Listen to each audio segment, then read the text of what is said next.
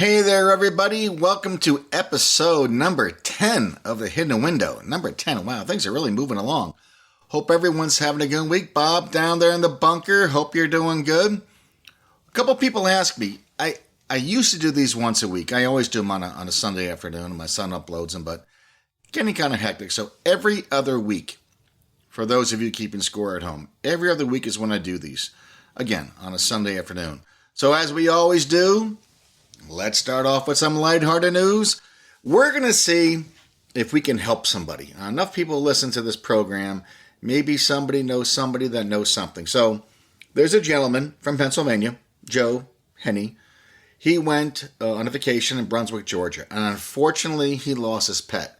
And a lot of you who lost a pet, you just know how heartbreaking that is. Well, trying to see if we can help Joe. So, interestingly enough, Joe made the news about a year ago. He tried to bring his pet to a Phillies game in Philadelphia. It was turned away. I guess they don't allow pets. So I'm probably understandable, right? Can't have all these pets at a game. So they turned him away, but it made the news. So Joe took his pet down to Brunswick, Georgia, and it got away. And he can't find it. It got lost. It's very recent, April 21st. So that's the best time to find something, when it's right in somebody's mind. Hopefully we can find it. A little bit different.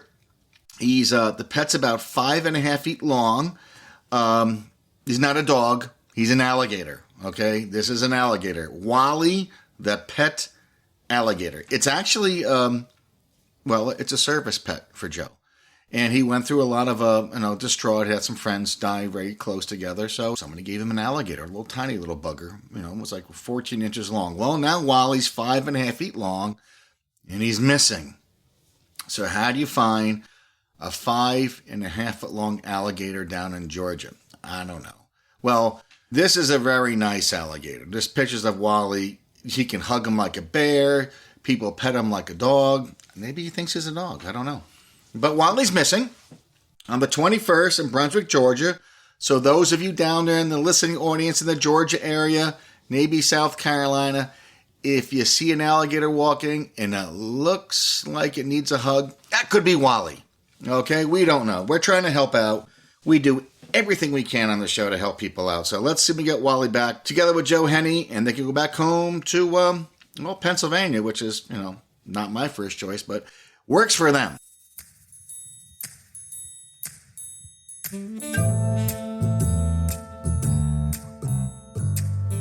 Everybody likes like a spy novel, right? Clandestine operations, spy versus spy, very secretive stuff.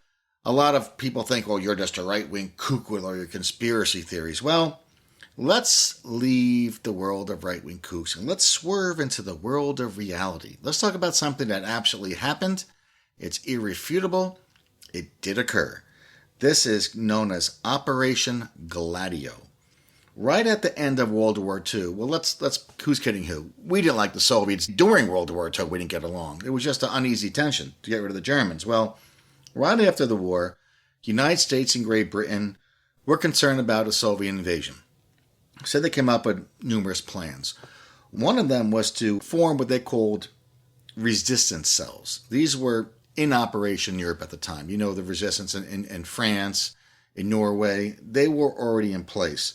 The whole idea is that the OSS, which is now the CIA, and then the SOE, the Special Operation Executive, which is now called MI6, well, they started forming all these resistance cells. They got them together.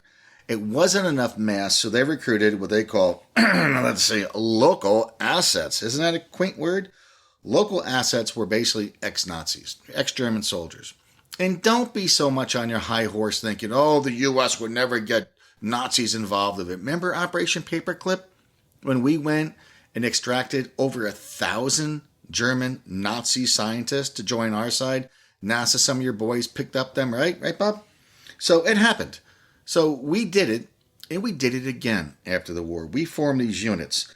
The whole idea was that if the Soviets were to invade, you would have these clandestine units scattered all throughout Europe, and they would be activated on a dime's notice. And they could go and disrupt things, if happened, from behind enemy lines at that point. Well, the Soviets never invaded. But Operation Gladio did stay in existence. It was there. As a matter of fact, there's a show. It actually worked its way into popular culture. There's a show that in Great Britain, I think it ended sometime in the 2000s, known as Yes Minister. And here's a quick clip from that. Humphrey, we are letting terrorists get hold of murderous weapons. We're not. Well, who is? Well, who knows? Department of Trade, Ministry of Defence, Foreign Office? We, Humphrey, the British government. Innocent lives are being set at risk by British arms in the hands of terrorists. Only Italian lives, not British lives. British tourists abroad. Tourist Foreign Office problem. Humphrey, we have to do something. We cannot close our eyes to something that is as morally wrong as this. Government isn't about morality. Oh, really? What is it about then? Stability, keeping things going, preventing anarchy, stopping society falling to bits, still being here tomorrow. What for? I beg your pardon? What is the ultimate purpose of government, if it isn't for doing good? Minister, government isn't about good and evil. It's only about order or chaos. So again, this worked its way into popular culture. It did. And they call, the conspiracy theorists and the deep state. Well, the deep state wants to do three things. They want to have a problem, a reaction, and a solution. Step one, create a problem by arming and funding extremists to take down opponents. Step two, incite a reaction from the public by demonizing the same bad guys you just put into power. And step three, propose a solution, right? Which involves military intervention, the loss of liberties, or both. Well, that's what happened with Gladio. So the Soviets never invaded. These units are still in operation. A couple countries were getting a little too warm and fuzzy with the whole communist ideology. One of them was Italy. So Gladio was really first initiated, probably most ruthlessly, in Italy. Now, you can say, and these countries will say, like in France, we were never part of Gladio. Well, technically they weren't. Every country had their own name for this special operation. In France, it was called Plan Bleu. In Greece, they were known as the LOK. In Norway, they're called the ROC. So these countries had plausible deniability. They weren't part of Gladio. They had different names for it. Also, NATO, you can say, well, we didn't form Gladio. Well, they didn't. Gladio was formed in 1947. NATO didn't exist in 1949. So you see the double talk here, the double speak? Well, the double speak really ends at the pavement where the rubber hits the road. A lot of people died under Gladio. I mentioned Italy, how they're getting a little too warm and fuzzy with communist theory. So what they did, they activated these units. These units would go out and basically kill innocent civilians, and then they would blame it on the communists to help get sympathetic thoughts. Quite a few things happened in Italy. In 1969, the Fontana bombing in Brozin killed 17 people. 1978, some of you remember this, the Italian Prime Minister, Aldo Moro, he was assassinated. Again, Operation Gladio. 1980, the bombing in Bologna railway station killed 85 people. These are just three of many, okay? This happened a lot. We don't know how many people were killed in Gladio. Probably in the thousands. So we have to get off our little white horse and think that we have the moral high ground. Guess what? We don't. That moral high ground was lost a long time ago. All right? This happened. In 1990, it was admitted to. Countries, Italy admitted to it, Portugal, Spain, I believe Norway, admitted that, yes, they were part of Operation Gladio. It did exist. This did happen. So the United States and Great Britain, by the way, never admitted to it. We just said we don't know. We just deny. That works every time, right? But you know what? Can I sit here and point fingers at the ones that were involved and be just exasperated? I probably can't. I don't know what happened. I wasn't there. I look at like the U.S. Forest Service right now. They have what they call control burns. They do these control burns very small with the idea that by burning out some underbrush, you're preventing a larger wildfire that would take out the whole forest. I'm sure the ones who were involved in this probably thought the same way. If, we gotta, break a few eggs to make an omelet, if this is what it takes for world peace, that's fine. We're going to have to do it. I wasn't there. I can't be in your shoes. But to say that first off, it happened. to deny we can't. It occurred. As a matter of fact, you can get a shirt. You can go out and buy a shirt on the internet. Operation Gladio has its own insignia, Celendo Libertatum Servo. In silence, we serve liberty. So they're quite proud of it. Again, I wasn't there. I can't say what happened. This is part of history. It's occurred. A lot of folks think that, well, it hasn't stopped. They say Gladio B is in place. Substitute the word Muslim for the word communist. You see what happened then, right? Unfortunately, we can all remember the point. If you give up your liberties for security, you deserve neither. I believe Thomas Jefferson said that. So, is Gladio still in use? Probably. Unfortunately, it's probably still here. It's probably part of our society. It occurred. It's a stain. Was that stain necessary? I don't know.